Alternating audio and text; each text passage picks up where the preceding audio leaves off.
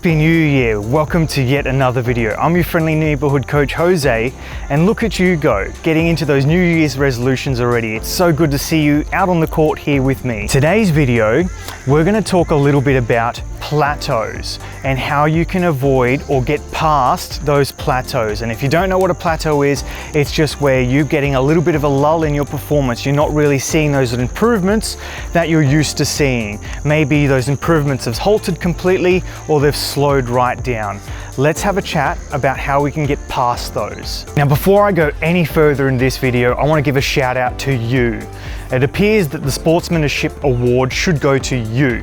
From the last episode that I did where I was talking about whether the ball should be in or out, if you have no idea what I'm talking about, I'll put a link up the top here and maybe in the description below so you can check it out and understand what I'm talking about here.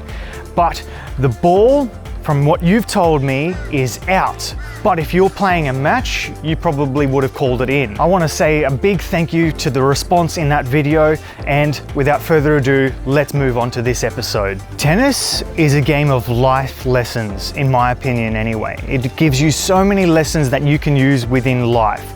And I believe this one today is about one of those things. If you want to make improvements in yourself or in your tennis game, you have to make change. Think about it in this way.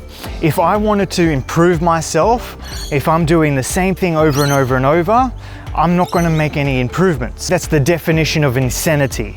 If you're doing the same thing over and over and over and expecting different results, that's not going to happen. I don't know what planet you're living on, but I don't believe that's going to happen. If it's working for you, please let me know, give me a call. I want to study you and find out exactly how you're making those improvements by making no changes, because I don't think it's possible. But you can try and prove me wrong, please.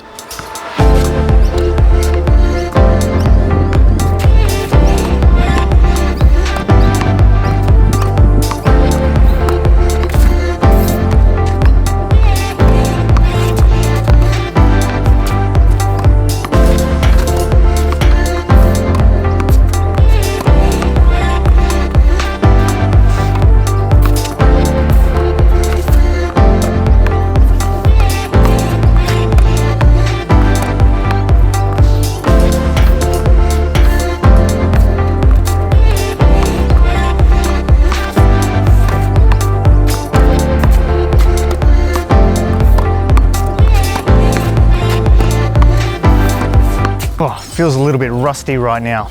See what I mean about regular practice? Now, if you want to make change, this is where you've got to do something different. That's what change is all about. If you're getting onto the court and you're practicing your forehands and you want to do something different, you want to find more improvement, then just go look. There's plenty of videos out there. I've made my own of what you can do to find those bigger improvements. If you're looking for more power, maybe try getting a little bit more of that load, that rotation back, that coil up, some coaches might say, and then release with the hips, but don't over rotate. But this is where you can practice and fail, okay? Don't be afraid of failing. I know it's so easy to say this, but in training where you don't have any real pressure, you can let that happen. Don't be afraid to fail in training, especially. If it's a tennis match and there's pressure involved and you don't want to lose, there's points and money and all of this involved, then understand that you're trying to hold back a little bit or you're being a bit more tentative. I understand that a little bit more. But in training, you need to practice and fail. That's the only way you can make improvements, by failing and learning from those mistakes. Whereas if you're staying in that comfort zone over and over and over, you're not getting out and you're not changing, you're not improving. Trust me, I've been through that, and I teach my students the exact same things, and we try and work on those failures to improve. If you're doing something with your forehand, for example, make sure that you maybe bend those knees a bit more, coil up a bit more, loosen the wrist to get more of that whip going through, contact the ball early.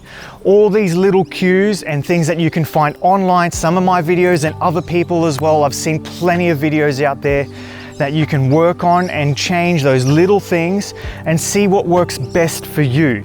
That brings me into the next part of this video, which is about coaching.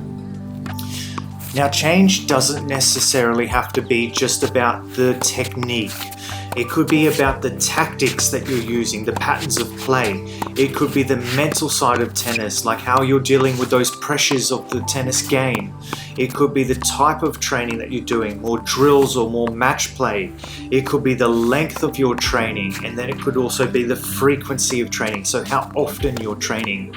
And then it could be more about your coach. So have you got the right coach that's going to push you and help you reach your goals?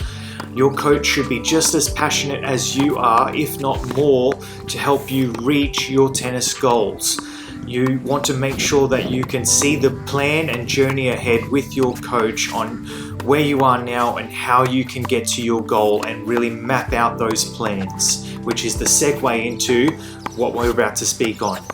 Now, when it comes to coaching and students, everybody learns differently and everybody plays differently, has different technique. You don't see all tennis players play exactly the same. Every different player has a different game, a different play style. Nobody plays exactly the same. You can try and mimic Roger Federer or Novak Djokovic, all of these guys, but your body genetics and body movements are going to be slightly different to those guys. Everybody plays different and everybody learns differently, which is why not every coach is right for everybody.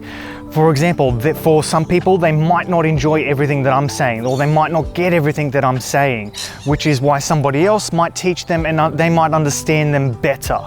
Does that make sense? So everybody has a coach for them or a play style for them. Everybody learns differently and everybody communicates a little bit differently like that. That's what I've learned throughout my years of coaching so far, is that it's okay if people don't understand you. Like, you might understand me, but the next person might not.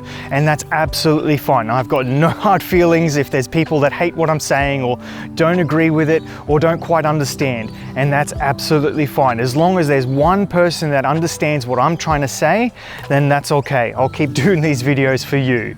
Now it's time for you to get onto the tennis court and practice change. Go and do something different. Don't do something stupid, like something you shouldn't be doing technically. Check out the videos online or ask your coach what you should be working on and go and practice that. Make those changes to your tennis game and work on it. Don't get stuck into that comfort zone of what you're only known to be doing and what feels good to you right now, because that's all you're going to get stuck with. If you want to find improvements to your game, change it. Maybe you need to start completely from scratch. Hopefully not. But sometimes that's the case. I've seen students that come to me and their technique is all over the place, and I get them to start from scratch and build them up from there. Otherwise, what happens is they continue on that path and they find tiny improvements over years, versus if we start from scratch, in a year we could be 10 times better than where we would have been if we stayed with the same comfort zone. All about finding those changes and what is going to improve your tennis game. I hope you got something out of this video, and if you did, please consider liking and subscribing and send it to a friend who you think could use this advice as well. And I hope to catch you in the next episode.